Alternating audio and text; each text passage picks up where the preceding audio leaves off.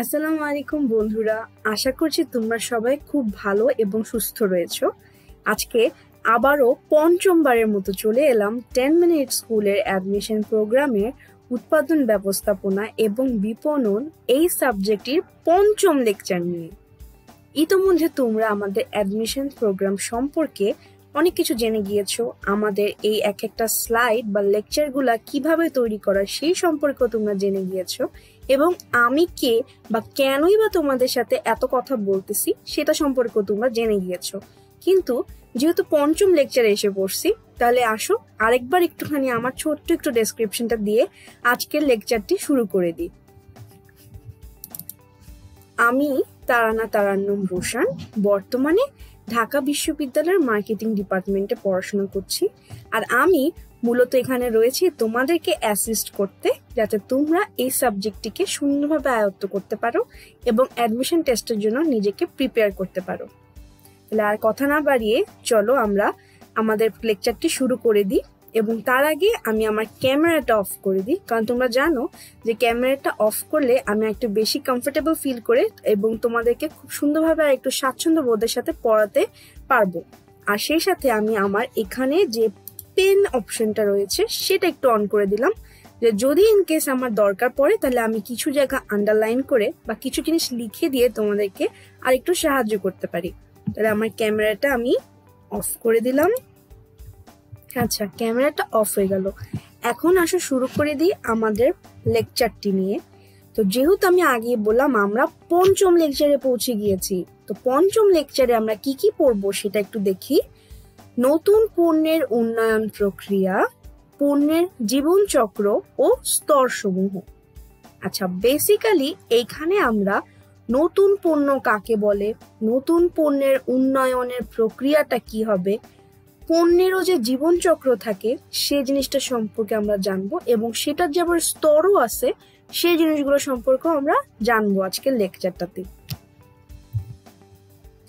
আচ্ছা, তো সবকিছু শুরুতে আগে জানা উচিত যে নতুন পণ্য শব্দটার অর্থটা কি, বা নতুন পণ্য বলতে কি বোঝায়। তো আমরা যারা কমার্সের স্টুডেন্ট, যারা হচ্ছে মার্কেটিং পড়ে এসেছি, তাদের কাছে কিন্তু নতুন পণ্য কথাটা খুবই একদম জানা একটা টার্ম। নতুন পণ্য অর্থাৎ যে পণ্যটা আমার নতুন ভাবে বাজারে আসছে, বা নতুন কোনো পণ্য যখন বাজার মার্জিত ওয়েতে যখন আসে, বা ধরো পুরানোই ছিল পণ্যটা, সেটাকে একজন বিপণনকারী একটু মডিফাই করে দেন আবার পুনরায় মার্কেটে ছাড়লো। এই সব কিছুই কিন্তু নতুন পণ্যের মধ্যে অন্তর্ভুক্ত। যদি আমরা একটু এখানে লেখা ইনফরমেশনস গুলা যদি একটু দেখি তাহলে বুঝতে পারবো। দেখো, নতুন পণ্য বলতে আমরা বুঝি মৌলিক পণ্য, পণ্য উন্নয়ন, পণ্য পরিমার্জন যেটা হচ্ছে প্রোডাক্ট মডিফিকেশন বলে, এবং নতুন ব্র্যান্ড যে কোনো কোম্পানির নিজস্ব গবেষণা ও উন্নয়নের প্রচেষ্টার মাধ্যমে উন্নয়ন করে। নতুন পণ্য সম্পূর্ণভাবে নতুন উদ্ভাবিত বা আবিষ্কৃত হয়। কিন্তু এখানে একটা জিনিস জানো কি, এই কথাটা যে সবসময় তোমার যে নতুন ভাবে উদ্ভাসিত বা আবিষ্কৃত হবে, এই কথাটা যে সবসময় সঠিক তা কিন্তু না। হ্যাঁ, মূলত নতুন পণ্য বলতে আমরা বুঝি যে পণ্যটা নতুন ভাবে উদ্ভাসিত বা আবিষ্কৃত হয়েছে বা প্রথমবারের মতো মার্কেটে এসছে। কিন্তু তিনটা নতুন নতুন বা অন্যান্য উপায় তোমার নতুন পণ্য আমরা বলতে পারি পুরাতন পণ্যকে। দেখো তো কি সেগুলা। এটি প্রচলিত পণ্যের সাথে, অর্থাৎ অলরেডি যে আমার এক্সিস্টিং প্রোডাক্ট রয়েছে সেই পণ্যের সাথে নতুন বৈশিষ্ট্য যুক্ত করে উদ্ভাসিত হতে পারে। কি নতুন ভাবে ফিচার্স আমি অ্যাড করলাম আমার এক্সিস্টিং প্রোডাক্টের সাথে, সেটা আমি আবার নতুন পণ্য বলে বাজারে ছেড়ে দিতে পারবো। এরপরে দেখো, প্রচলিত পণ্য মানের ব্যাপক উন্নতি সাধন করে পণ্যের নতুনত্ব আনয়ন করা যেতে পারে। তার মানে দেখো, কোনো একটা পণ্য যেটা অলরেডি আমার মার্কেটে রয়েছে সেটার ওই পণ্যটার মানের ব্যাপক উন্নতি করে, অর্থাৎ কোয়ালিটিকে ফার্দার ডেভেলপ করে এবং মডিফাই করে আমি আবার কিন্তু পণ্যটাকে মার্কেটে ছাড়তে পারি। এরপরে দেখো, এটি বাজারে প্রচলিত অন্যান্য পণ্যের অনুকরণে তৈরি হতে পারে। অর্থাৎ আমার ধরো এই পণ্যটা, আমি ধরো একজন বিপণনকারী বা উৎপাদক, তো আমি যে পণ্যটা তৈরি করতে চাচ্ছি সেটা অলরেডি ধরো মিস্টার এক্স, সে হচ্ছে আবার ধরো এই পণ্যটা অলরেডি কিন্তু সে বাজারজাতকরণ করতেছে বা সে অলরেডি কিন্তু সেটা উৎপাদন করতেছে। হ্যাঁ, কিন্তু আমি এখন কি করব, সেইটাকে আমি অনুকরণ করে আমি হচ্ছে আরেকটা সেম টু সেম না হলো ওই একই রকম পণ্য ধরো সেটার সাথে ধরো হালকা পাতলা কিছু ফিচার্স মডিফাই করে আমি ধরো বাজারে ছাড়লাম, সেটাও আমার নতুন পণ্য হিসেবেই গণ্য হবে। তাহলে বলা যায় যে দেখো, এই কথাটা যে নতুন পণ্য সম্পূর্ণভাবে নতুন উদ্ভাসিত বা আবিষ্কৃত হয়, এটা কিন্তু সবসময় যে হয় তা কিন্তু না। হ্যাঁ, তবে আপাত দৃষ্টিতে বা জেনারেলি নর্মালি যে জিনিসটা হয়ে থাকে সেটা হচ্ছে যে যখনই কোনো প্রোডাক্ট একদম নতুন ভাবে আবিষ্কৃত হলো বা উদ্ভাসিত হলো এবং মার্কেটে ছাড়া হলো, সেটাও আমার যেমন নতুন পণ্য।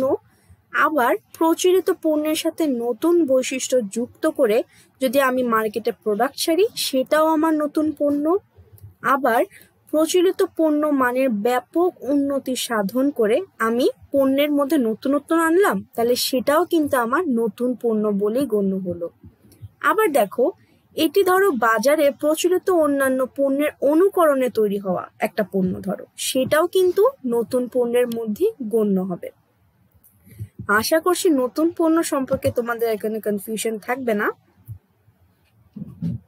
এখন চলে যাই আমাদের মূল যে টপিকটা, সেটা হচ্ছে নতুন পণ্য উন্নয়ন প্রক্রিয়া। ইতোমধ্যে আমরা জেনে ফেললাম যে নতুন পণ্য কাকে বলে। এখন একটা কোম্পানি যখন নতুন করে কোনো পণ্য তৈরি করতে যায় বা উন্নয়ন করে অর্থাৎ ডেভেলপ করে, তখন কিন্তু তাকে একটা step by step process maintain করতে হয়। হুট করে আমি একটা ডিসিশন নিলাম যে আমি আজকে থেকে এই পণ্যটা তৈরি করলাম, কালকে আমি মার্কেটে ছাড়লাম, এটা কখনোই সম্ভব না। একটা পণ্য উন্নয়ন, নতুন পণ্য উন্নয়নের জন্য একটা প্রক্রিয়ার প্রয়োজন পড়ে। তো দেখি আমরা, দেখো, সর্বমোট 8টি প্রক্রিয়া বা ধাপের মাধ্যমে একটি নতুন পণ্য উন্নয়ন করা হয়। আমরা জানি প্রক্রিয়া শব্দটির অর্থ হচ্ছে কোনো কিছু ধাপ বাই ধাপ বা স্টেপ বাই স্টেপ যেটা করা হয় সেটাকে কি বলা হচ্ছে, প্রক্রিয়া বলা হচ্ছে। তাহলে সর্বমোট কয়টি ধাপের মাধ্যমে একটি নতুন পণ্য উন্নয়ন করা হয়? উত্তরটি হচ্ছে 8টি। দেখো সেই 8টা স্টেপ বা ধাপ কি কি, যথা প্রথম ধাপটাই হচ্ছে আমার ধারণা সংগ্রহ করা, অর্থাৎ আমাকে আইডিয়া জেনারেট করতে হবে, কালেক্ট করতে হবে। ইভেন আইডিয়া আমার শুধু নিজের থেকেই যে আসবে তা কিন্তু না, আমি বিভিন্ন মানুষের সাথে কথা বলে ওপিনিয়ন্স নিয়ে সেখান থেকে একটা আইডিয়া আমি জেনারেট করব। এটা ছিল আমার প্রথম ধাপ। এবং একটু বলে রাখি, এই 8টা ধাপের বিস্তারিত আমরা পরবর্তী স্লাইডগুলোতে দেখব, তখন আমাদের কনসেপ্টগুলো আরো ক্লিয়ার হবে। তবে একটুখানি এখন জাস্ট একটা বার্ডস ভিউ দিয়ে রাখি যে কোনগুলো আসলে কি কি করতেছি আমরা কোন ধাপে। দ্বিতীয় ধাপে দেখো ধারণা বাছাইকরণ। আচ্ছা, আমরা তো অনেক ধরনের ধারণা জেনারেট করব, একটা ধারণা কিন্তু আসে না, অনেক ধরনের করব, কিন্তু তার থেকে আমাদের কাজটা কি থাকবে, তার থেকে আমাদেরকে বেস্ট একটা আইডিয়া চুজ করতে হবে। তৃতীয় ধাপে ধারণা উন্নয়ন ও পরীক্ষা করব, অর্থাৎ যেই ধারণাটা, অর্থাৎ যেই বেস্ট ধারণাটা আমরা চুজ করলাম বা বাছাই করলাম, সেটাকে আমরা ফার্দার ডেভেলপমেন্ট করব, ওটাকে আমরা টেস্টিং করব। এন্ড এইসব করার পরে আমরা চতুর্থ ধাপে পৌঁছে যাব। চতুর্থ ধাপে বাজারজাতকরণ কৌশল উন্নয়ন করব, অর্থাৎ আমরা চিন্তা করব যে আচ্ছা, এখন যে আমরা ফাইনালি একটা প্রোডাক্ট শেপ দিলাম, মানে অর্থাৎ হচ্ছে প্রোডাক্টের ধারণাটাকে একটা শেপ দিলাম বা একটা প্রোডাক্ট ধারণা যে আমরা তৈরি করলাম, যে আমরা এখন রেডি যে আমরা এই পণ্যটা তৈরি করব, তখন আমরা কি করব, বাজারজাতকরণ মিশ্রণের অর্থাৎ মার্কেটিং মিক্সের একটা সংমিশ্রণ তৈরি করব, হাতিয়ারগুলোর জন্য একটা কৌশল তৈরি করব, যাতে সেই পণ্যটা আমরা কিভাবে করে ভোক্তার কাছে পৌঁছাবো সেগুলো নিয়ে একটা প্ল্যানিং তৈরি করব। তো এই জায়গাটা, এই কাজটা করব হচ্ছে মূলত এই 4 নাম্বার ধাপটাতে। এখন আসো 5 নাম্বার ধাপে। এখানে আমরা বিজনেস অ্যানালাইসিস করব, অর্থাৎ ব্যবসায় বিশ্লেষণ করব। এখানে বিজনেস অ্যানালাইসিসটা কি?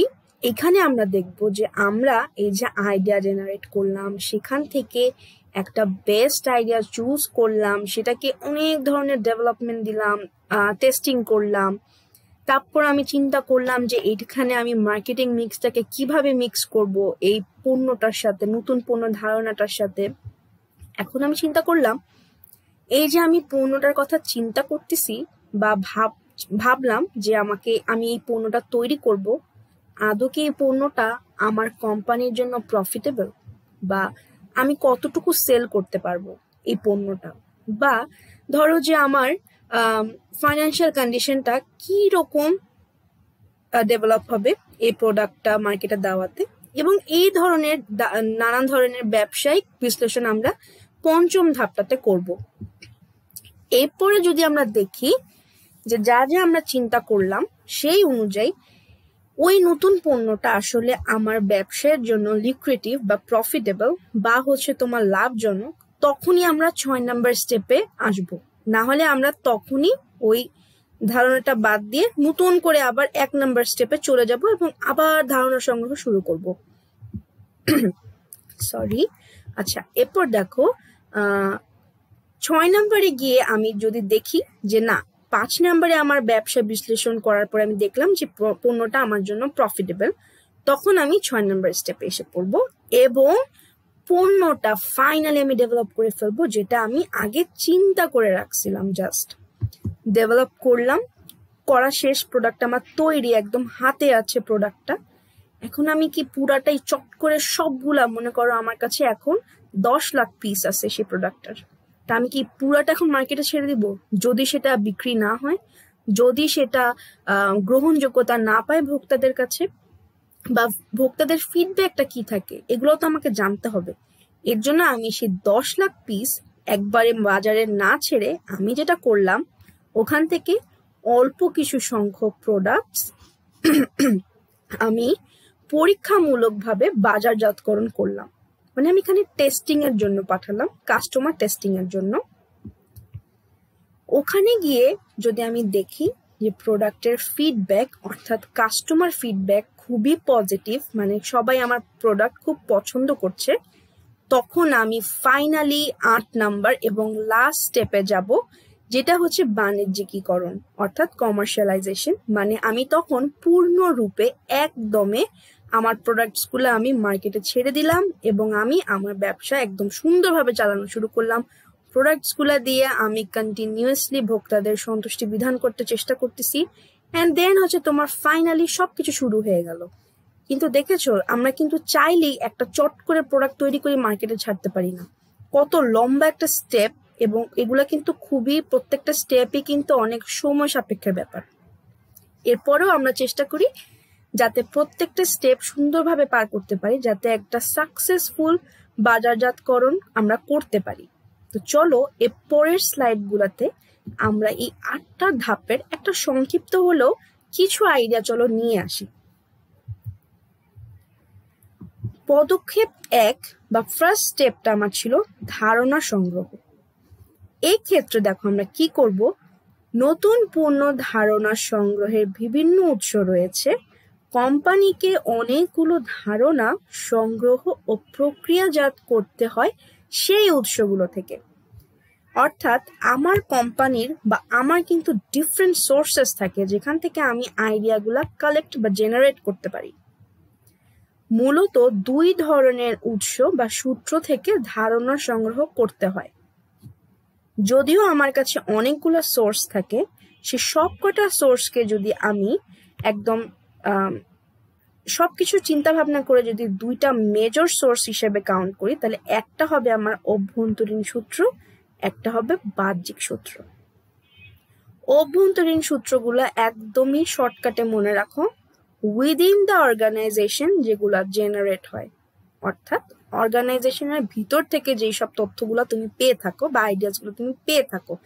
যেমন দেখো, উচ্চ ব্যবস্থাপনা অর্থাৎ টপ লেভেল, যেখানে হচ্ছে তোমার যে সিইও ওনারা যেখানে থাকে সেটা। কোম্পানি নির্বাহী, তোমার কোম্পানি এক্সিকিউটিভ যারা, তারা, প্রকৌশলী, ইঞ্জিনিয়ার্স, উৎপাদন কর্মী যারা হচ্ছে তোমার প্রোডাকশনের সাথে সরাসরি ভাবে লিপ্ত থাকে, এবং বিক্রয় কর্মীদের মেধা ব্যবহার করে ধারণা সংগ্রহ করা হয়। আচ্ছা বলো তো, বিক্রয় কর্মীদের মেধা কেন ব্যবহার করা হয় এখানে? কারণ হচ্ছে, আমি ধরো উৎপাদক, আমি প্রোডাক্ট তৈরি করলাম, কিন্তু আমি কিন্তু গিয়ে ডিরেক্টলি বিক্রি করি না প্রোডাক্টটাকে। বিক্রি কিন্তু করার জন্য আমি সাহায্য নিই বিক্রয় কর্মীদের। এবং কোনো কাস্টমার, তার যদি কোনো কমপ্লেইন্টস থাকে বা তার যদি কোনো প্রেফারেন্সেস থাকে, চেঞ্জেস আনার যদি তার কোনো ইচ্ছা থাকে প্রোডাক্টে, সে কিন্তু সরাসরি, আমি যে উৎপাদক বসে আছি, সে কিন্তু ডিরেক্টলি আমার কাছে আসবে না। সে কি করবে, সে হচ্ছে সে বিক্রয় কর্মী যার কাছ থেকে সে প্রোডাক্টটা বুঝে পেয়েছিল, সে কিন্তু তার ফিডব্যাকটা সে বিক্রয় কর্মীর কাছে বলবে। এর জন্য আমার যে পরিমাণ নলেজ থাকবে সেই পণ্যটার ফিডব্যাক, মানে অর্থাৎ কাস্টমারের ফিডব্যাকটা সম্পর্কে, তার চাইতে বেশি কিন্তু আইডিয়া থাকবে এই বিক্রয় কর্মীদের কাছে। এর জন্য অভ্যন্তরীণ সূত্রের মধ্যে বিক্রয় কর্মীদের মেধাও আমরা ব্যবহার করে থাকি, এবং এটা কিন্তু খুবই খুবই সুইটেবল ওয়ান।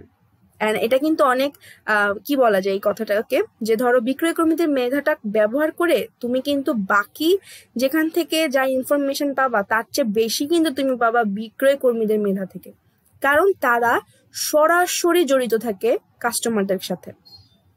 আচ্ছা, এরপর দেখো আমার দ্বিতীয় যে সূত্রটা ছিল সেটা হচ্ছে বাহ্যিক সূত্র।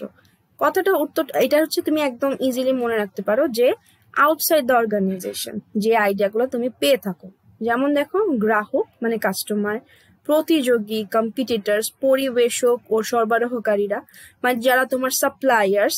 আচ্ছা এখানে একটা কথা বলে রাখি, সাপ্লায়ার্স আর ইন্টারমিডিয়ারিজ এই দুটার মধ্যে কিন্তু বেশ পার্থক্য। সাপ্লায়ার হচ্ছে যারা তোমাকে তোমার কাঁচামাল বা র মেটেরিয়ালস প্রোভাইড করে থাকে, আর তোমার ইন্টারমিডিয়ারিজটা হচ্ছে যে তোমার উৎপাদিত পণ্যকে ভোক্তার নিকট পৌঁছানোর যে দায়িত্বটা, সেটা হচ্ছে তোমার এই ইন্টারমিডিয়ারিজ বা মিডলম্যান বা বন্টন প্রণালী যেটা আমরা বলে থাকি, এইটার মাধ্যমে কিন্তু তোমার উৎপাদিত পণ্যটা ভোক্তার কাছে পৌঁছানো হয়। আচ্ছা এরপর দেখো বিশ্ববিদ্যালয় এবং গবেষণা, ব্যবসায়িক উপদেষ্টা, বিজ্ঞাপনী সংস্থা ইত্যাদি। এখন বলতে পারো বিশ্ববিদ্যালয় এবং গবেষণা কিভাবে? তুমি দেখবা আমাদের দেশের বিশ্ববিদ্যালয়গুলো হোক, বিদেশের বিশ্ববিদ্যালয়গুলো হোক, ওরা কিন্তু সবসময় কিন্তু তোমার গবেষণার কাজটা কিন্তু চালায় যায়। এক একটা বিজনেস রিলেটেড জিনিসপত্র নিয়েও যারা হচ্ছে বিজনেসের স্টুডেন্ট, তারা কিন্তু তোমার ব্যবসায়িক অনেক গবেষণা করে, তো সেখান থেকেও কিন্তু তুমি অনেক ইনফরমেশন পেয়ে থাকবা। এরপর দেখো অন্যান্য উৎস কিছু থাকে, যেমন দেখো উদ্ভাবক, বিভিন্ন বাণিজ্যিক ব্যাংক, শিল্প জার্নাল, ম্যাগাজিন, প্রদর্শনী মেলা যেগুলো থাকে, প্যাটেন্ট রেজিস্টার ইত্যাদি সূত্রের মাধ্যমে বাহ্যিকভাবে ধারণা সংগ্রহ করা সম্ভব বা যায়। কোম্পানিকে অনেকগুলো ধারণা সংগ্রহ ও প্রক্রিয়াজাত করতে হয় এই সকল উৎস থেকে। তাহলে আমরা বুঝতে পেলাম যে পদক্ষেপ 1 যেটা ছিল ধারণা সংগ্রহ, সেখানে আমরা আসলে ধারণা সংগ্রহ করব মূলত 2টা সোর্স থেকে, অভ্যন্তরীণ এবং বাহ্যিক। অভ্যন্তরীণ গুলো হচ্ছে যেগুলা উইদিন দ্য অর্গানাইজেশন জেনারেট হচ্ছে যে আইডিয়াস গুলা, আর বাহ্যিক সূত্রটা হচ্ছে যেটা হচ্ছে আউটসাইড থেকে, যেটা অর্গানাইজেশনের আউটসাইড থেকে যে আমরা ইনফরমেশন গুলো পেয়ে থাকি, সেগুলো হচ্ছে আমার বাহ্যিক সূত্র। এবং এই কোম্পানিকে অনেকগুলো ধারণা আসলে সংগ্রহ করতে হয় এবং তাকে আবার প্রসেসও করতে হয় এই সকল উৎস থেকে। চলো আমরা এবার ধারণা সংগ্রহ আমাদের হয়ে গেল, তাহলে এবার দ্বিতীয় পদক্ষেপটাতে চলে যাই। দ্বিতীয় পদক্ষেপ হচ্ছে আমার ধারণা বাছাইকরণ।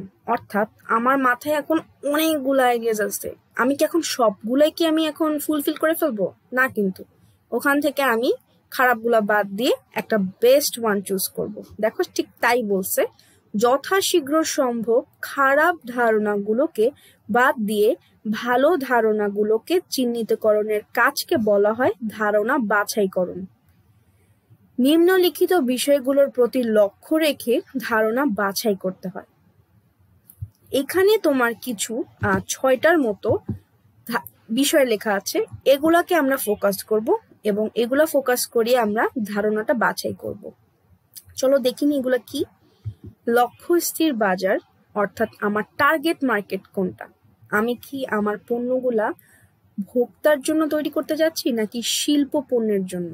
ইতোমধ্যে আমরা কিন্তু জেনে গিয়েছি যে শিল্প পণ্য কোনগুলো এবং ভোগ্য পণ্য কোনগুলো বা ভোক্তার পণ্য কোনগুলো আসলে।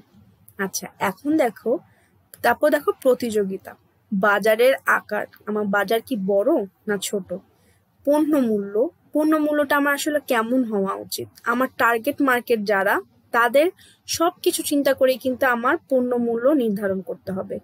উৎপাদন ব্যয়, আমি যে পণ্যটা তৈরি করব সেটা কি ব্যয়টা আমি কিরকম রাখতে পারি? বিনিয়োগ ফেরত প্রাপ্তির হার, এই যে আমি ইনভেস্ট যে করতেছি সেখান থেকে আমার ফেরত প্রাপ্তির হার কতটুকু, সেগুলো আমাকে চিন্তা ভাবনা করতে হবে। এবং এর জন্যই বলা হয়েছে যে নিম্নলিখিত বিষয়গুলির প্রতি লক্ষ্য রেখে ধারণা বাছাই করতে হয়। এবার আমরা ধারণা বাছাইও করে ফেললাম, পদক্ষেপ 3টা দেখে আসি। পদক্ষেপ 3 বা ধারণা উন্নয়ন ও পরীক্ষার মধ্যে দেখো আমরা কি করব। এ পর্যায়ে আকর্ষণীয় ধারণাকে পণ্য ধারায় পরিণত করতে হয়। অর্থাৎ আমি এবার আমার আইডিয়াটাকে ধরো একটা আকার আকৃতি দেওয়া শুরু করলাম, একটা শেপ দেওয়া শুরু করলাম। যেমন দেখো সম্ভাব্য পণ্য, অর্থাৎ যেটা আমি ফিউচারে পণ্যটা আসলে চিন্তা করতেছি যে পণ্যটা আমি বাজারে ছাড়বো সেটাকে সম্ভাব্য পণ্য বলে। সম্ভাব্য পণ্যটা হচ্ছে কোম্পানির দৃষ্টিতে যা বাজারে উপস্থাপন করা হয় তাই পণ্য ধারণা। অর্থাৎ এই পর্যায়ে আমরা তাহলে কি করলাম, ফার্স্টে আকর্ষণীয় যে ধারণাটা ছিল সেটাকে আমরা কনভার্ট করলাম পণ্য ধারণা। পণ্য ধারণাটা কি? সম্ভাব্য পণ্যটাকে আমরা পণ্য ধারণা বলতেছি। এখানে আমরা দুটা কাজ করব, ধারণা উন্নয়ন করব এবং পরীক্ষা করব। ধারণা উন্নয়নে কি করব দেখো, ধারণা উন্নয়নের ক্ষেত্রে বাজারজাতকরণ মিশ্রণগুলো কিভাবে এবং কেমন সংমিশ্রণ করে ক্রেতাদের কাছে উপস্থাপন করবে তা বিস্তারিতভাবে বর্ণনা করা হয়। ধারণা পরীক্ষণ বলতে বা পরীক্ষা বলতে বোঝায় অভীষ্ট বাজারে সম্ভাব্য ক্রেতাদের সামনে ধারণাগুলো উপস্থাপন করে তাদের ক্রিয়া প্রতিক্রিয়া অর্থাৎ তাদের রিঅ্যাকশনস গুলা জানতে বোঝায়। সম্ভাব্য ক্রেতাদের বিভিন্ন প্রশ্ন করে পণ্য ধারণার সম্পর্কে তাদের আগ্রহ ও মনোভাব জানা যায়। আচ্ছা, এখানে আমি কি করলাম, ধারণা পরীক্ষা যেটা করলাম, তোমরা অনেকে দেখে থাকবা যে বিভিন্ন সুপার শপ গুলাতে বা স্টোর গুলাতে তুমি দেখবা যে কিছু বিক্রয় কর্মী কিন্তু ওখানে দাঁড়ানো থাকে এবং তোমাকে জিজ্ঞেস করে যে স্যার বা ম্যাম, আমি কি আপনার সাথে 2 মিনিট কথা বলতে পারি? তখন তোমার যদি এরকম সময় থাকে তাহলে বলবা যে হ্যাঁ। তখন দেখবা তারা অনেক সময় তোমাকে জিজ্ঞেস করবে যে আমরা এরকম নতুন একটা পণ্য আনতে চাচ্ছিলাম, তো আপনার কি ফিডব্যাক। উনি হচ্ছে ধরেন ওই যে বিক্রয় কর্মী যে ছিল সে হচ্ছে তোমাকে সেই পণ্যটার ব্যাপারে সকল ইনফরমেশন দিবে, যে সেগুলা কি কি সুবিধা তোমাকে দিবে। এরপরে তোমার ফিডব্যাকটা তারা নোট করবে, তুমি কি বলো, তোমার রিঅ্যাকশনটা কি ছিল। এগুলা হচ্ছে তোমার ধারণা পরীক্ষার মধ্যে পড়ে। তাহলে এখন থেকে যখনই দেখবা যে কোনো বিক্রয় কর্মী কোনো সুপার শপে বা যে কোনো জায়গায় তোমাকে জিজ্ঞেস করতেছে যে আমরা এই নতুন একটা পণ্য বাজারে ছাড়তে চাচ্ছি, তাহলে আপনার ফিডব্যাকটা কি, বা আপনার কি কি জিনিস আপনার প্রয়োজন হবে, এটার মধ্যে কি কি সুবিধা আপনি পেতে চান, এরকম যখন তোমার কাছে কোয়েশ্চেন করা হবে তখন তুমি বুঝে ফেলবা যে ওরা আসলে এখন 3 নাম্বার ধাপটাতে আছে, যেটা হচ্ছে ধারণা উন্নয়ন ও পরীক্ষার মধ্যে। আচ্ছা, এখন আসো পদক্ষেপ 4টা দেখি, যেটা হচ্ছে বাজার কৌশল উন্নয়ন।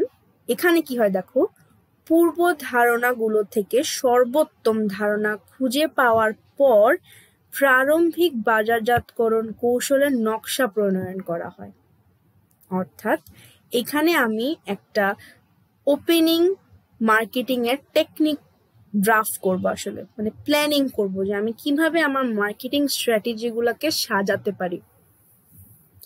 এরপর দেখো পদক্ষেপ 5 নম্বরে আমি কি করব, ব্যবসা বিশ্লেষণ করব। অর্থাৎ ওই যে বলেছিলাম যে আমরা বিজনেস অ্যানালাইসিস করব। এখানে ধারণা ও বাজারজাতকরণ কৌশল উন্নয়নের পর ব্যবস্থাপক প্রস্তাবটির ব্যবসায়িক সফলতা সম্পর্কে চিন্তা ভাবনা শুরু করে।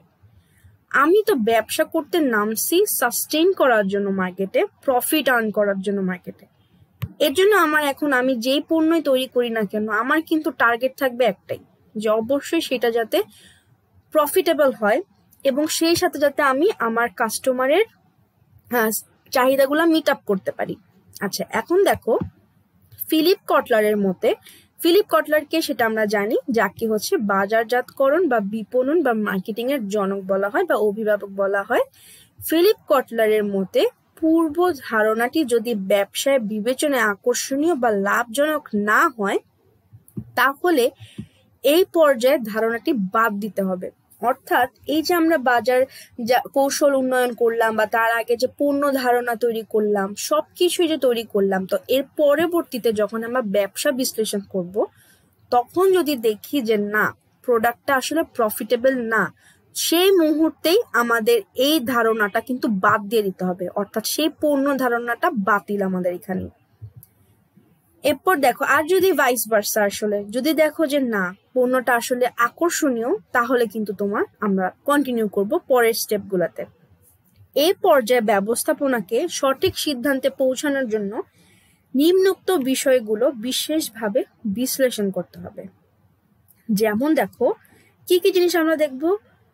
পণ্যের আনুমানিক বিক্রয় পরিমাণ, মানে অ্যাপ্রক্সিমেটলি আমি কতটা অ্যামাউন্ট পণ্য বিক্রয় করতে পারবো। সম্ভাব্য মুনাফার পরিমাণ, মানে আমি অ্যাপ্রক্সিমেটলি কতটা মুনাফা করতে পারি। উৎপাদন ব্যয় সহ বিভিন্ন ধরনের পরিমাণগুলো আমরা মূলত এই ব্যবসা বিশ্লেষণের সময় করব।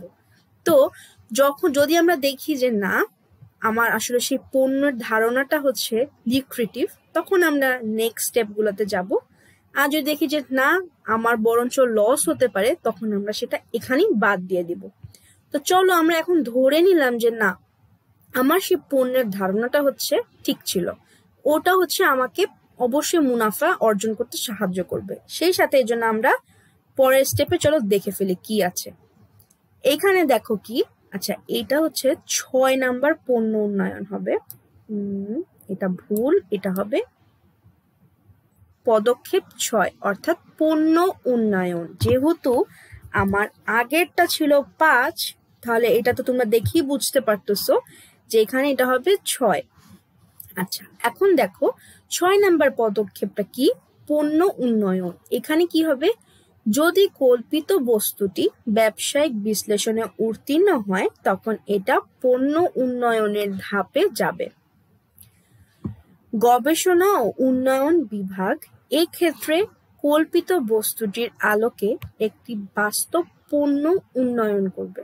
অর্থাৎ এতক্ষণ যে আমরা প্রোডাক্টটাকে কল্পনার মধ্যে রাখলাম, সেটাকে আমরা এখন বাস্তব রূপ দিব। তাহলে এই বাস্তব রূপটা দিতে আমাকে কোন বিভাগ সাহায্য করবে? গবেষণা ও উন্নয়ন বিভাগ। ওকে, এখন দেখো আমরা 7 নাম্বার পদক্ষেপে চলে গেলাম। মানে আমাদের হাতে আর একটা পদক্ষেপ আছে, সেটা হচ্ছে 8 নাম্বারটা। তাহলে আগে 7টা দেখিনি। এখানে কি করব? পরীক্ষামূলক বাজারজাতকরণ করব। এখন তোমাদেরকে একটা কথা বলি, ধরো আমি উৎপাদক বা ধরো আমি বিপণনকারী, আমি 10 লাখ পিস একটা পণ্য তৈরি করলাম। তো আমার হাতে কত পিস আছে? 10 লাখ। এখন আমি তো এটা নতুন বাজারে ছাড়তেছি। এখন আমি যদি 10 লাখ পণ্য একেবারে একসাথে বাজারে ছেড়ে দিই, তখন কিন্তু আমি বুঝতে পারবো না যে এই পণ্যটার গ্রহণযোগ্যতাটা ভোক্তাদের কাছে কতটুকু, বা তাদের ফিডব্যাকটা কি, আদৌ কি তারা আমার পণ্যগুলোকে পছন্দ করতেছে কিনা, বা আদৌ তাদের চাহিদাগুলো মিট আপ হচ্ছে কিনা, এগুলো কিন্তু আমি কিছুই জানতে পারবো না। তো যদি আমরা একাধারে একসাথে এতগুলো পণ্য ছেড়ে দিই মার্কেটে, তখন আমাদের প্রফিটের জায়গায় আসলে লসটাই অনেক বেশি হয়ে থাকে।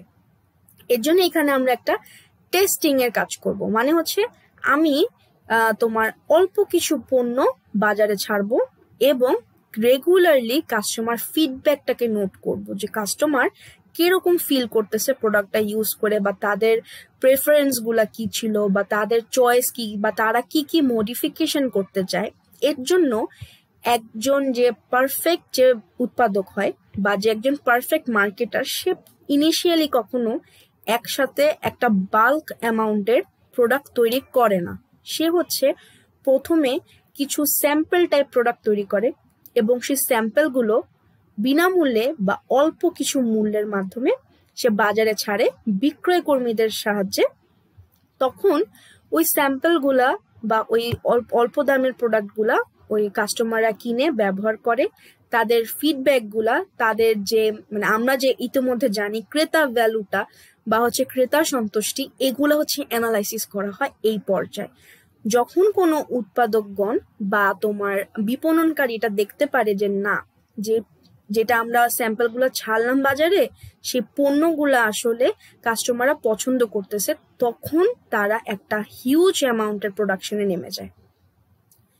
তো এটা হচ্ছে মূলত পরীক্ষামূলক বাজারজাতকরণ। যেমন দেখো, এই পর্যায়ে পণ্যটি স্বল্প পরিমাণ উৎপাদন করে কতগুলো শহর অথবা ভৌগোলিক এলাকায় বাছাই করে নির্দিষ্ট মেয়াদে পণ্যটি বাজারে ছেড়ে বাজার পরীক্ষা করা হয়। এটা হচ্ছে তোমার পার্টিকুলার কিছু জায়গাতে দেওয়া হয়। ধরো যেখানে হচ্ছে আমার পণ্যটা আসলে কাদের জন্য, মানে আমার টার্গেট মার্কেট কোনটা, তো টার্গেট মার্কেট তো বিশাল বড় একটা এরিয়া হতে পারে। সেখানে অল্প কিছু বাজারে আমি হচ্ছে অল্প কিছু জায়গাতে আমি প্রোডাক্টটা একটু দিয়ে টেস্ট করে দেখব, এবং সেটা খুবই স্বল্প মেয়াদের জন্য অথবা একটা নির্দিষ্ট মেয়াদ পর্যন্ত আমি ওই স্যাম্পেলটা দিব। কারণ আমি যদি অনেক লম্বা সময় ধরে শুধু স্যাম্পেলে দিয়ে থাকি, এখানে কিন্তু আমার প্রোডাকশনের টাইমটা কিল হচ্ছে এবং সেই সাথে স্যাম্পল তৈরি করতেও কিন্তু আমার অনেক খরচ যাচ্ছে, যেখানে আমার মুনাফার কোটা কিন্তু একদমই শূন্য এই জায়গাটাতে। এই কারণে এটা আমরা একটা নির্দিষ্ট মেয়াদ পর্যন্তই রাখবো। আচ্ছা, এবার হচ্ছে আমাদের সর্বশেষ পদক্ষেপটা, যেটা হচ্ছে 8 নম্বর পদক্ষেপ, যেটার নাম বাণিজ্যিকীকরণ বা ইংলিশটা হচ্ছে কমার্শিয়ালাইজেশন। এখানে একটু বলি, আমি চেষ্টা করতেছি মোটামুটি প্রত্যেকটা টার্ম, বাংলা ওয়ার্ডগুলো বা টার্মের পাশে ইংলিশটা বলার। তোমরা জানো কারণটা কি? কারণটা যদি আমি আবার মনে করাই দিই, সেটা হচ্ছে যে তোমরা যাতে পরীক্ষার সময় অর্থাৎ অ্যাডমিশন টেস্টের সময় বাংলা কোশ্চেনটা দেখে যাতে ঘাবড়িয়ে না যাও। কারণ অনেক সময় তোমরা জানো যে একটু কমপ্লিকেটেড ওয়ার্ড ইউজ করা যায় বাংলায়, কিন্তু কারণ একটা শব্দের কিন্তু অনেক ধরনের নাম থাকে, অনেক ধরনের একটা অর্থ থাকে। তুমি ওগুলো যদি না বুঝতে পারো, তখন তুমি ইংলিশটা পড়লে, ইংলিশ টার্মটা জানা থাকলে তখন তুমি বুঝে ফেলতে পারবা যে এখানে আসলে কি চাইছে তোমার কাছে। তো এই জন্যই হচ্ছে তোমাদেরকে আমার একটু চেষ্টা করে বলে দেওয়া যে হচ্ছে প্রত্যেকটা টার্মের ইংলিশ টার্মগুলা কি, আসলে বাংলা টার্মের ইংলিশ টার্মগুলা কি। এছাড়াও আমি যদি নাও বলে দিই, তোমরা নিজেরা যখন পড়বা, তোমরা নিজেরা তোমরা ইংলিশ টার্মগুলো জেনে রাখবা। কারণ হচ্ছে তোমরা যখন ভবিষ্যতে বিবিএ পড়বা, তখন কিন্তু তোমাদেরকে সবকিছু কিন্তু ইংলিশেই পড়তে হবে। তো তোমাদের আসলে আমি বলবো যে ইংলিশ টার্মগুলো জানা খুবই জরুরি। শুধু যে অ্যাডমিশন টেস্টের জন্য তা না, তোমার বিবিএ এর জন্য বা পরবর্তীতে তোমার জব লাইফের জন্য কিন্তু ইংলিশ টার্মটাই লাগে। আচ্ছা, আসো পদক্ষেপ 8 নাম্বার বা বাণিজ্যিকরণ, এটা জেনে ফেলি যে আসলে কি। পরীক্ষামূলক বাজারজাতকরণের ফলাফল ইতিবাচক অর্থাৎ পজিটিভ মনে হলে কোম্পানি এ পণ্যটি বাণিজ্যিকভাবে উৎপাদন এবং বাজারজাতকরণের চূড়ান্ত সিদ্ধান্ত গ্রহণ করবে। বুঝতে পারছো কি ঘটনাটা ঘটলো? আমি যে টেস্ট করলাম, স্যাম্পল দিলাম, এখন আমি জানতে পারলাম যে গ্রাহকরা অর্থাৎ আমার কাস্টমাররা খুব পজিটিভ ফিডব্যাক দিচ্ছে, তারা পছন্দ করছে আমার প্রোডাক্টগুলা। তখন আমি কমার্শিয়ালাইজেশনে চলে গেলাম যে না, এইবার হচ্ছে আসল সময়, আমি সুন্দর মতো করে আমার প্রোডাকশনের কাজটা চালিয়ে যাই এবং একটা হিউজ অ্যামাউন্টের প্রোডাকশনে আমি নেমে যাই। এই ক্ষেত্রে কোম্পানি পণ্যটি পূর্ণ মাত্রায় বাজারে ছাড়ে। এতক্ষণ তো আমরা স্যাম্পল দিচ্ছিলাম বা অল্প মূল্যে বাজারে ছাড়তেছিলাম, ফিডব্যাক কালেক্ট করলাম এবং এটা ছিল একটা নির্দিষ্ট সময় পর্যন্ত। এখন হচ্ছে আমরা পণ্যটিকে পূর্ণ মাত্রায় বাজারে ছেড়ে দিলাম। এরপর দেখো, যদি পণ্যটি সমস্ত স্তরের পরীক্ষা নিরীক্ষায় উত্তীর্ণ হয় এবং পণ্য সম্পর্কে বাজারে যথেষ্ট সাড়া পাওয়া যায়, তখনই বা তাহলেই কিন্তু পণ্যটি বাণিজ্যিকীকরণ এ পদক্ষেপ গ্রহণ করতে পারে। এখন যদি আমরা দেখতাম যে না, কোনো একটা স্টেপে কিন্তু আমরা আটকিয়ে যাচ্ছি বা সামনে এগোতে পারছি না, তখনই কিন্তু সেই ধারণাটা বা পণ্যটা কিন্তু শেষ, ওটা নিয়ে কিন্তু আমরা আর ফার্দার কাজ করতাম না। এই স্টেপে এসে পড়াটাই মানে বোঝায় যে আমরা সাকসেসফুল, কাস্টমাররা আমাদের প্রোডাক্ট পছন্দ করতেছে, তাহলে আসো এবার আমরা বেশি করে প্রোডাকশন করে করে পুরা মার্কেটটা দখল করে নিই। এই ছিল মূলত আমাদের প্রক্রিয়ার, এই বাজারজাতকরণের তোমার প্রক্রিয়াটা, বা হচ্ছে কিভাবে আমরা নতুন পণ্য তৈরি করব এবং নতুন পণ্য উন্নয়ন এবং সেটার বাজারজাতকরণের যে প্রক্রিয়াটা, সেটা হচ্ছে এই পর্যন্ত ছিল। এখন আমরা নতুন টপিকটাতে চলে যাই। নতুন টপিক হচ্ছে পণ্যের জীবন চক্রের স্তরসমূহ। আচ্ছা, সবকিছুরই একটা টাইম থাকে, বা সবকিছুরই একটা টাইম টু টাইম এভলিউশন ঘটতে থাকে, কিন্তু সেই সাথে পণ্যেরও জীবন চক্র থাকে, বা ওই পণ্য কিন্তু তোমার স্টেপ বাই স্টেপ একবার মানে এভলিউশন তাদের বা ডেভেলপমেন্ট কিন্তু হতে থাকে। বলা যায় আমি হচ্ছে যখন কলেজে থাকতাম তখন হচ্ছে আমার চোখে কেন জানি ইমাজিনেশনই একটা তোমার ভিজুয়ালস থাকতো, যে পণ্যের জীবন চক্রটাকে আমি ঠিক মানব জীবনের সাথে তুলনা করতাম। যে পণ্য যখন দেখো একদম পণ্য উন্নয়ন স্তরে থাকে, অর্থাৎ প্রথম স্তরে, সেটা হচ্ছে একদম একটা বাচ্চা যখন পুরো তার মার পেটে থাকে ওই অবস্থাটার মধ্যে থাকে। এগুলো হচ্ছে আমি পার্সোনালি আসলে মনে করতাম, সেটাই তোমাদের সাথে শেয়ার করতেছি। এরপর দেখো পণ্যটা সূচনা স্তরে গেল, অর্থাৎ ধরো বাচ্চাটা দুনিয়াতে আসলো, সে হাঁটা চলা শুরু করলো, আস্তে আস্তে সে বড় হতে থাকলো। প্রবৃত্তিতে হচ্ছে পণ্যটা যেরকম আরেকটু বড় হলো, মানুষও ঠিক তেমন আরো বড় হলো। ধরো সে ইয়াং হয়ে গেল, পড়াশোনা করতেছে, স্কুল কলেজ বা ইউনিভার্সিটি সে যাচ্ছে, মানে তার এখন হিউজ সাকসেস লাইফে, এরকম একটা টাইম ধরো চলতেছে। এন্ড ধরো এই যে পণ্যের যে পূর্ণতা যে স্তরটা, এটা আমি কম্পেয়ার করতাম যে ধরো একটা মানুষের যখন 40 to 45 বা 50 ইয়ার্স থাকে, তখন কিন্তু আস্তে আস্তে আস্তে আস্তে তার সাকসেস রেট, তার তোমার নিজের ফিজিক্যাল যে পাওয়ার গুলা ছিল সেগুলা কিন্তু, স্ট্রেংথ গুলা, সেগুলো কিন্তু আস্তে আস্তে কমতে কমতে শুরু করে। এরপর দেখো পতন হয়। মানে এই সময়টা হচ্ছে আমি এইভাবে মনে রাখতাম যে পণ্যর পতনটা মানে হচ্ছে যে মানুষ যখন একদম শেষ বয়সে আসে, যে মানে আর কিছু করার নাই, বা নিজেকে আর একটু মডিফাই করতে চাই মারা যাওয়ার আগে, এইসব জিনিস হচ্ছে আমার ওই মানুষ যেরকম ঠিক শেষ বয়সে করে থাকে, পতনের টাইমটা আমি ঠিক এইভাবে মনে রাখতাম। এটা আসলে খুবই মানে আমার একান্তই ব্যক্তিগতভাবে তৈরি করা একটা ইমাজিনারি ভিজুয়াল, যেটা আমি মনে রাখার জন্য এভাবে মনে রাখতাম।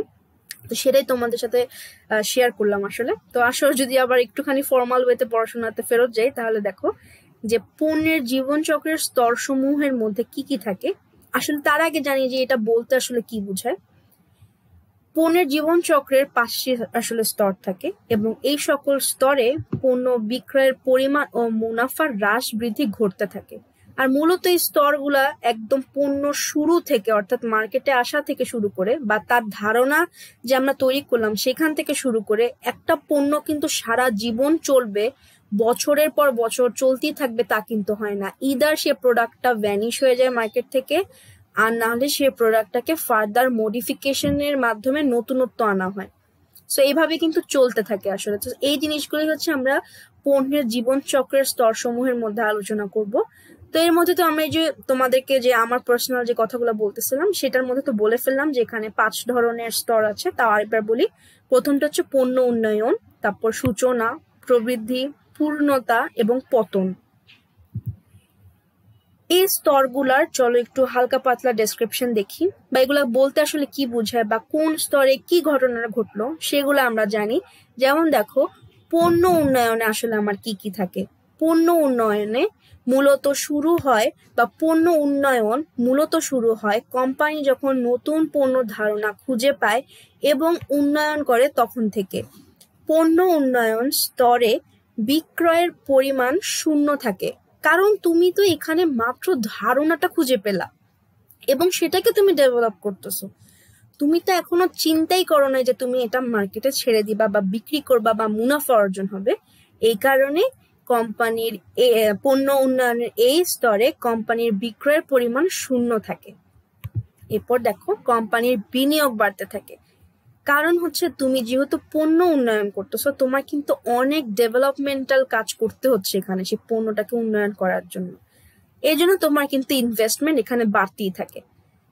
বাজারজাতকরণ কৌশলের ব্যবহার খুবই কম বা নেই বললেই চলে। এখানে আমরা ধরে নিব যে নেই আসলে, কারণ তুমি এখনো মাত্র সে পণ্য উন্নয়নের কাজের মধ্যেই আছো। কিন্তু এখানে এই কথাটা বলার অর্থ হলো যে খুবই কম ব্যবহার হয়।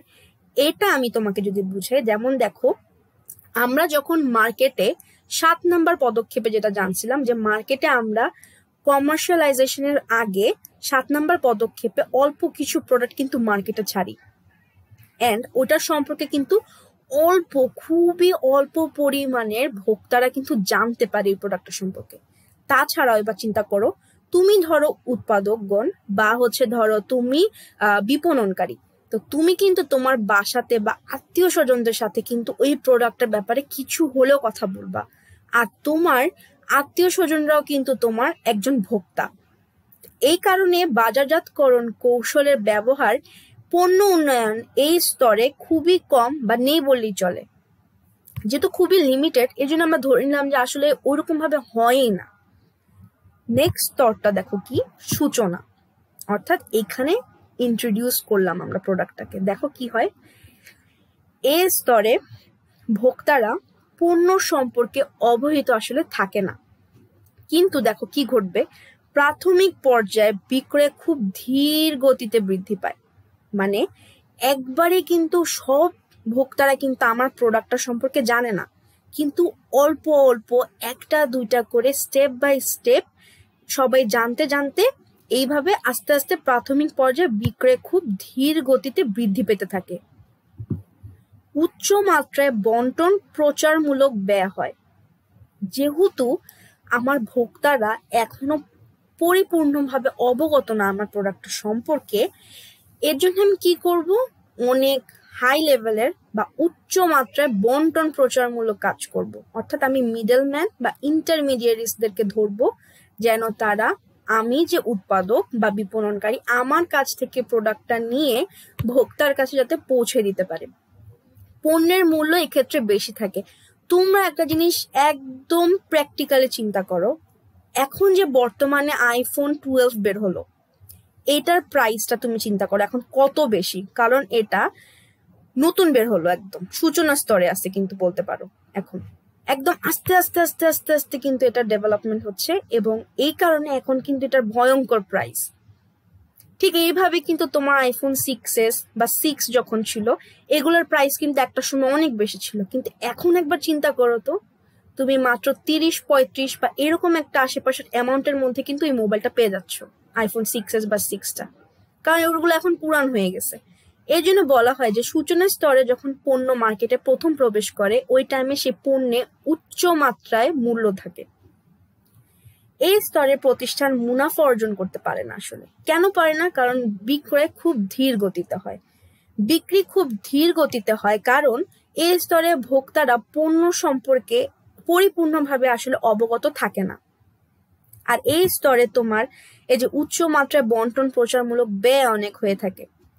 এরপর দেখো, আচ্ছা, আরেকটা রিজন হয়ে থাকে যে পণ্যের মূল্য কিন্তু এখানে বেশি থাকায় অনেক কাস্টমারে মনে করে যে এই পণ্যটা তো নতুন আসছে, আমি কি এতটা একটা রিস্ক নিব, এতখানি টাকা আমি দিয়ে দিব, এই রিস্কটা কি আমার নেওয়া ঠিক হবে?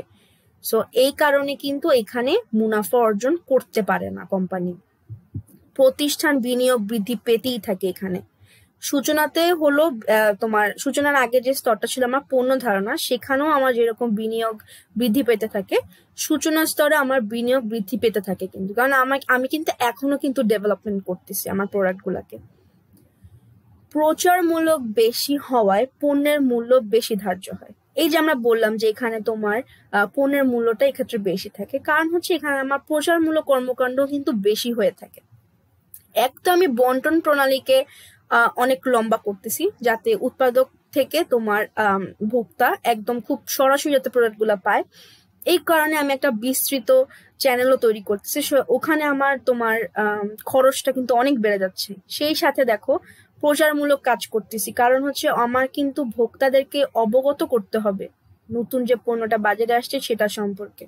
এই কারণে মূলত পণ্যের মূল্যটা বেশি হয়ে থাকে। আর এই স্তরে যেহেতু এটা একদমই নতুন একটা পণ্য, প্রতিযোগিতা তেমন একটা থাকে না বাজারে আসলে।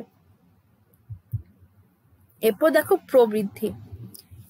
এই স্তরে বাজার পণ্যটি ব্যাপকভাবে গৃহীত হতে থাকে এবং এই সময় মুনাফার পরিমাণ বাড়তে থাকে। কি ঘটলো? ব্যাপকভাবে গৃহীত হতে থাকে কি এই স্তরে বাজারে পণ্যটি আসলে ছড়ানো শুরু করলো এবং এর সময় মুনাফার পরিমাণ বাড়তে থাকলো। পণ্যের চাহিদা দ্রুত বৃদ্ধি পেতে থাকে। এখন আস্তে আস্তে আস্তে আস্তে আমার কাস্টমাররা জানতে শুরু করলো আমার প্রোডাক্ট সম্পর্কে এবং সেই সাথে তাদের চাহিদাটা বৃদ্ধি পেতে থাকলো। ক্রেতাদের কাছে পণ্যটি গ্রহণযোগ্যতা পেয়ে যায়। কারণ যদি গ্রহণযোগ্যতা নাই পেত আর যদি এটা আমরা আগে যদি ডিটারমাইন নাই করতে পারতাম তাহলে কিন্তু আমরা 8 নাম্বার পদক্ষেপে আসতামই না, যেটা ছিল আমার কমার্শিয়ালাইজেশন। এক কথায় হচ্ছে আমি যে পণ্য উন্নয়নের যে একটা নতুন পণ্য উন্নয়নের যে একটা প্রক্রিয়া পালন করলাম, সেটা কিন্তু করলাম কেন? এই পণ্যের স্তর বা পণ্য জীবনের স্তরে আসার জন্য। দুটা কিন্তু ইন্টারকানেক্টেড। আচ্ছা, এরপর দেখো দ্রুত গতিতে পণ্য বিক্রয় বৃদ্ধি পেতে থাকে। যেহেতু তোমার ক্রেতাদের কাছে পণ্যটি গ্রহণযোগ্যতা পায়, সেই সাথে পণ্যের চাহিদা দ্রুত বৃদ্ধি হতে থাকে, এর জন্য দ্রুত গতিতে পণ্য বিক্রিও বৃদ্ধি পেতে থাকে। তো আমি চাবো অ্যাজ আ প্রডিউসার বা বিজনেস উইমেন, আমি চাবো যে আমি যত বেশি সেল করব তত বেশি আমার প্রফিট আসবে। সো এর জন্য প্রসারমূলক ব্যয় তুলনামূলক বেশি হয়, কারণ আমার তো একটা দুইটা বা তোমার 10-15 জন কাস্টমার যেতে হবে না, আমার হচ্ছে অনেক কাস্টমার দরকার। কারণ আমার কি বেশি সেল করতে হবে, আমার বেশি সেল করার মাধ্যমে আমার বেশি প্রফিট আর্ন করতে হবে। এই কারণে আমি প্রসারমূলক ব্যয় তুলনামূলকভাবে বেশি করে ফেলবো এই জায়গাতে, কারণ এতে ভোক্তারা আরো অবগত হবে আমার প্রোডাক্ট সম্পর্কে। এখন আমার প্রতিযোগী যারা, তারা তো হচ্ছে তোমার সব সময় চোখ আমার দিকে দিয়ে রাখে যে আমি এখন কি অবস্থায় আছি। এখন ওরা যখন দেখলো যে না, আমার প্রোডাক্টের হিউজ সাকসেস, বাস এবার ওরা আসা শুরু করলো মার্কেটে। এই হচ্ছে আমার বাজারের নতুন প্রতিযোগীর আগমন শুরু হলো। তাহলে কোয়েশ্চেন যদি আসে, পণ্য চক্রের কোন স্তরে বাজারের নতুন প্রতিযোগীর আগমন ঘটে, উত্তরটি হবে প্রবৃদ্ধি। আর তোমরা কিন্তু জানোই যে প্রত্যেকটা লেকচার এবং সেটার ম্যাটেরিয়ালস গুলা এমন ভাবে করি তোমার গুছানো যে যেগুলো হচ্ছে যেই সব ভার্সিটিতে তোমার মার্কেটিংকে ফেস করতে হয় অ্যাডমিশন টেস্টে, সেগুলার বিগত বছরের কোয়েশ্চেন গুলাকে অ্যানালাইসিস করি বানানো। তো আমি যে কোয়েশ্চেন্স গুলা বলি এগুলো হচ্ছে মূলত কোনো না কোনো বছর এসেছিল, এরকম একটা কোয়েশ্চেন্স গুলোই আমি জিজ্ঞেস করি, আসলে বলে থাকি। আচ্ছা, এখন দেখো বাজারের বর্ধিত চাহিদা মেটাতে পণ্য উৎপাদন বৃদ্ধি করতে হয়, ফলে পণ্যের একক প্রতি ব্যয় কমে যায়। তোমরা জানো হয়তো, তাও আমি আরেকবার বলতেছি যে যখন তুমি ধরো 5টা পণ্য তৈরি করো, তোমার ধরো 5,000 টাকা খরচ হলো, কিন্তু সে একই পণ্য তুমি যদি 15টা তৈরি করো, তোমার কিন্তু খরচ তখন কমে যাবে, জানো, একক প্রতি ব্যয় তখন তোমার কমে যাবে। অর্থাৎ প্রত্যেক পণ্যে তখন তোমার অন এভারেজ কস্ট কমা শুরু করবে। এর জন্য দেখো আমার বাজারে বর্ধিত চাহিদা মেটানোর জন্য উৎপাদন বৃদ্ধি শুরু হলো এবং সেই সাথে পণ্যের একক প্রতি ব্যয় কমে যাওয়া শুরু করলো। বন্টন কাজে নতুন নতুন মধ্যস্থ ব্যবসায়ী ব্যবহারের প্রয়োজন দেখা দেয়, কারণ তোমার হিউজ চাহিদা প্রোডাক্টের, ভোক্তা সবসময় তোমার কাছে প্রোডাক্ট চাইতেই আছে। তো তোমার এখন কিন্তু লাগবে বন্টন কাজে নতুন নতুন মধ্যস্থ ব্যবসায়ীর ব্যবহার। এরপর দেখো পূর্ণতাতে আসলাম। পূর্ণতাতে কি হয়? বিক্রয়ের পরিমাণ সর্বোচ্চ। কোয়েশ্চেন অনেকবার এটা আসছে বিগত বছরগুলোতে। ঢাকা বিশ্ববিদ্যালয়ে সবচাইতে বেশি এই কোয়েশ্চেনটা আসে যে পণ্য স্তরের কোন স্তরে বিক্রয়ের পরিমাণ সর্বোচ্চ থাকে, উত্তরটা হচ্ছে পূর্ণতাতে। এরপর দেখো বিক্রয়ের প্রবৃদ্ধি হ্রাস পেতে আরম্ভ করে। এখানে হচ্ছে আমার সেল আস্তে আস্তে কমা শুরু করবে। এখান থেকেও কোয়েশ্চেন আসে কোন স্তরে আসলে পণ্যের জীবনের কোন স্তরে বিক্রয় প্রবৃদ্ধি হ্রাস পেতে আরম্ভ করে, উত্তর হচ্ছে পূর্ণতা। বাজারজাতকরণ ব্যবস্থাপককে প্রতিযোগীদের তীব্র আক্রমণ মোকাবেলা করতে হয়। এখান থেকেও কোয়েশ্চেন আসে জানো, যে পণ্য স্তরের কোন স্তরে বাজারজাতকরণ ব্যবস্থাপককে প্রতিযোগীদের তীব্র আক্রমণ মোকাবেলা করতে হয়? উত্তর হবে পূর্ণতা। এই কোয়েশ্চেনগুলো করার মাধ্যমে আমি তোমাদেরকে এটাই বলতে চাই যে তোমরা যত বেশি কোয়েশ্চেন সলভ করবা, তোমাদের কিন্তু কনসেপ্টগুলো ক্লিয়ার হবে সেই টপিকগুলা নিয়ে, এবং বুঝতে পারবা যে মূলত কোয়েশ্চেন্সগুলা কোথা থেকে করা হয়, আমাদের ইম্পর্টেন্ট টপিক কোনগুলা, এগুলো কিন্তু তোমরা আরো ক্লিয়ারলি বুঝতে পারবা। ইউনিভার্সিটি লেভেলটাতে এসে আসলে হয় কি, যে ওই স্কুল কলেজে আমাদেরকে যেরকম মনে করো ধরে ধরে পড়ানো হতো, বা আমরা যেমন শিক্ষকের দিকে যেমন তোমার মনে করো যে তাকায় থাকতাম যে কখন হচ্ছে তারা আমাদেরকে পড়াবে এবং আমরা সেই সময় পড়বো, এখন কিন্তু সেই টাইমটা আর নাই, ওই দিন চলে গেল। আসলে মন ধরে রাখো যে ওই দিন শেষ। এখন তোমাকে নিজের তাগিদে নিজেকে ডেভেলপ করার জন্য, নিজের পজিশনকে রাখার জন্য, টিকে থাকার জন্য, নিজেকে নিজের কাছে, আসলে অন্যের কাছে না, নিজের কাছে প্রুফ করার জন্য যে তোমার অ্যাবিলিটিটা আসলে কি, সেই জন্য নিজের তাগিদে নিজেকে পড়াশোনা করতে হবে, নিজেকে আরো এফোর্ট দিতে হবে। সো আসো আবার পড়াশোনায় ফেরত আসি। আমি আসলে হচ্ছে তোমাদেরকে বলতে বলতে অন্যদিকে চলে যাই আসলে কথা বলতে বলতে। আচ্ছা আসো এটা দেখি এখানে কোথায় ছিলাম আমি। বাজারের সমজাতীয় পণ্যের সংখ্যা বৃদ্ধি পায়, মানে ওই যে বললাম আমার যে কম্পিটিটররা ছিল আমার দিকে তাকানো অবস্থা, যে যখন দেখলো ওরা যে আমি পড়ানো বলি, দেখছো কি অবস্থা, পড়াতে পড়াতে আসলে পুরা মানে সবকিছু আউলা ঝাউলা হয়ে যাচ্ছে।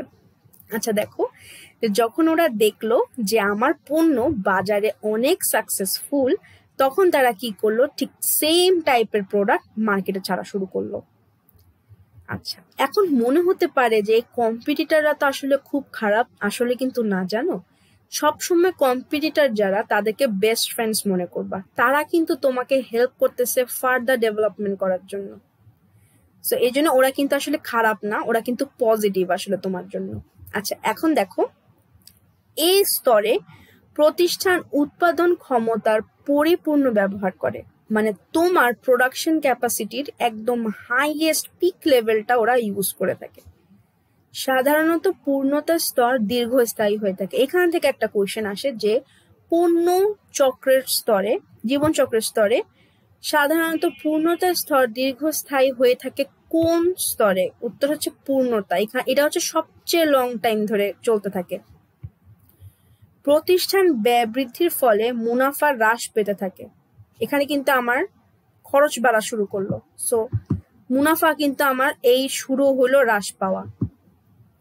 এই সময় প্রতিযোগিতা বাড়তে থাকে, যার কারণে কোম্পানিকে আত্মরক্ষার জন্য অতিরিক্ত বাজারজাতকরণে ব্যয় করতে হয়, ফলে অনেক সময় মুনাফা কমতে থাকে। এই ক্ষেত্রে বিক্রেতাকে বাজার পরিমার্জন অর্থাৎ মার্কেট মডিফিকেশন, পণ্য পরিমার্জন অর্থাৎ প্রোডাক্ট মডিফিকেশন, বাজারজাতকরণ মিশ্রণের পরিমার্জন অর্থাৎ প্রোডাক্ট মার্কেটিং মিক্স মডিফিকেশন, এইসব কথা চিন্তা ভাবনা করতে হয়। এই ক্ষেত্রে কোম্পানির ব্র্যান্ড সুইচও করতে পারে, সে হচ্ছে ব্র্যান্ডটা কি পরিবর্তন করে ফেলতে পারে। এই যে এতগুলা পয়েন্টস আমরা দেখলাম, এখানে এই পূর্ণতা স্তরে আমি যেভাবে মনে রাখতাম যে এখানে হচ্ছে মুনাফা অর্জনের চেয়ে সবচেয়ে বড় লক্ষ্য হচ্ছে এখানে আমাকে টিকে থাকতে হবে বাজারে যেভাবেই হোক। দেখছো এখানে সবকিছু কিন্তু মানে আক্রমণ মোকাবেলা করা, আত্মরক্ষা করা, মানে আমাকে এখানে আমার এক্সিস্টেন্সটাকে টিকিয়ে রাখতে হবে। এই হচ্ছে পূর্ণতার মূল কথাবার্তা। এখন চলো একদম শেষের যে স্টেপটা বা স্তর, সেখানে দেখি কি ঘটে। পণ্যের বিক্রয় ক্রমান্বয়ে কমতে থাকে, মানে আস্তে আস্তে কিন্তু কমতে থাকে। কিন্তু কোয়েশ্চেন যদি থাকে এরকম যে কোন স্তরে আসলে শুরু হয় কমাটা বা হ্রাস পাওয়া শুরু করে কোথায়, তখন হবে পতন স্তরে। এখন দেখো, পণ্যের বন্টন প্রণালীতে মধ্যস্থ ব্যবসায়ীর সংখ্যা কমতে থাকে।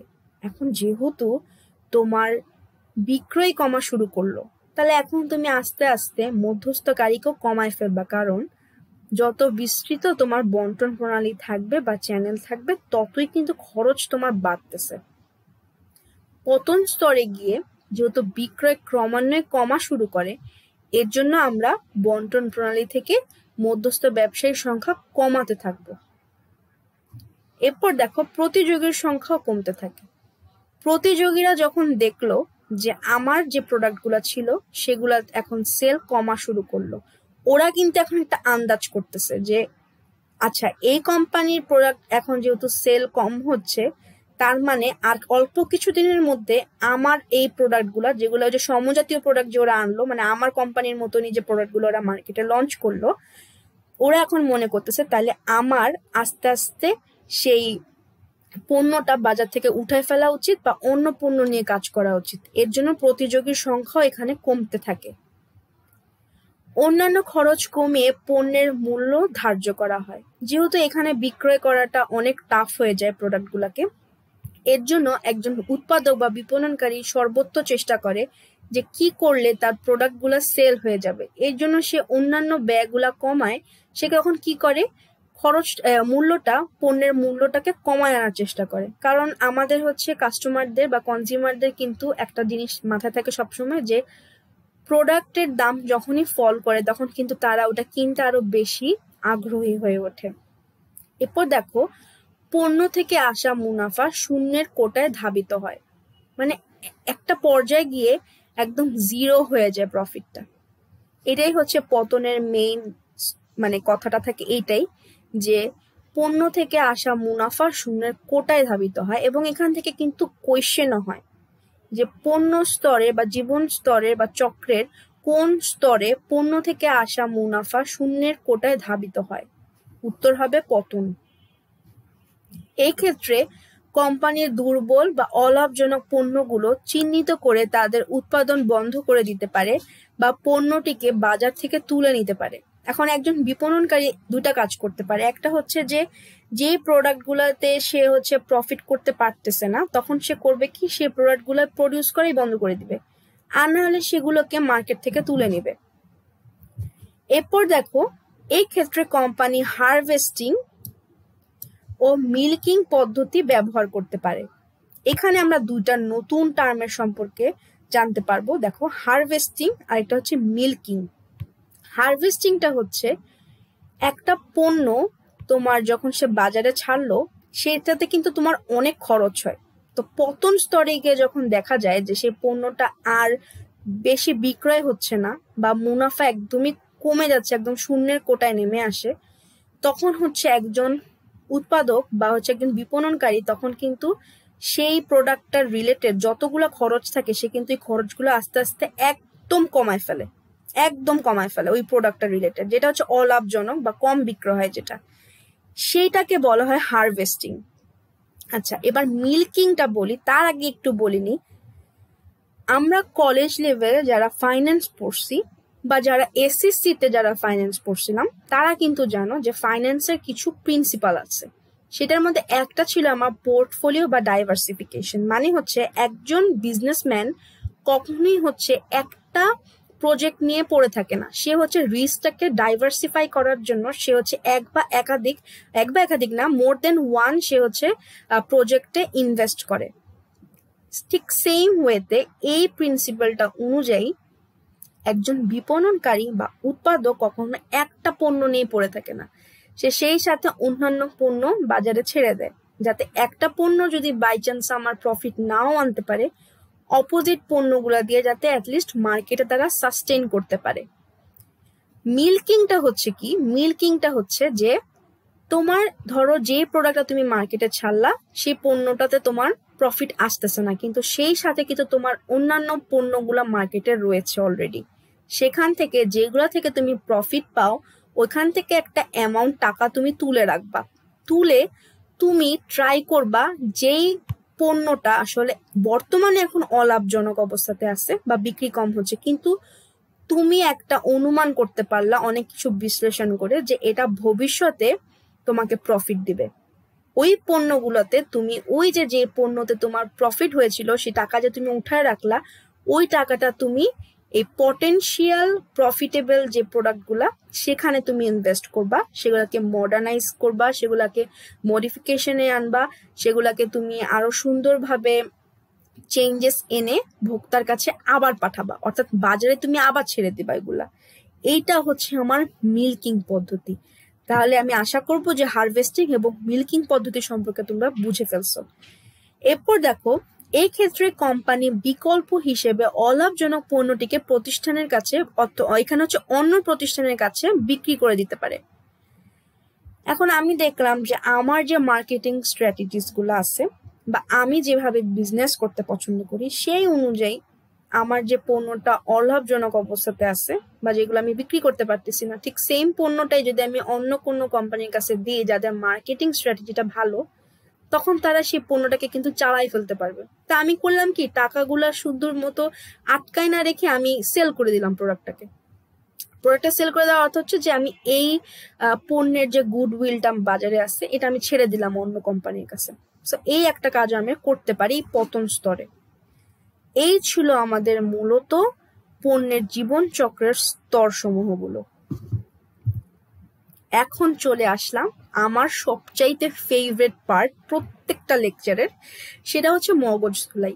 এই একটা টাইমে আসলে আমি বুঝতে পারি বা হচ্ছে তোমরা নিজেদেরকে যাচাই করতে পারবা যে তোমরা আসলে লেকচারটা কতটুকু বুঝতে পারলা বা আমি তোমাদেরকে কতটুকু বুঝাতে পারলাম, তারপর হচ্ছে যে তোমরা কতটুকু তোমাদের কনসেপ্ট গুলা ক্লিয়ার হয়েছে, সবকিছু কিন্তু তুমি জানতে পারবা এই মগজ ধুলাই পার্ট গুলাতে।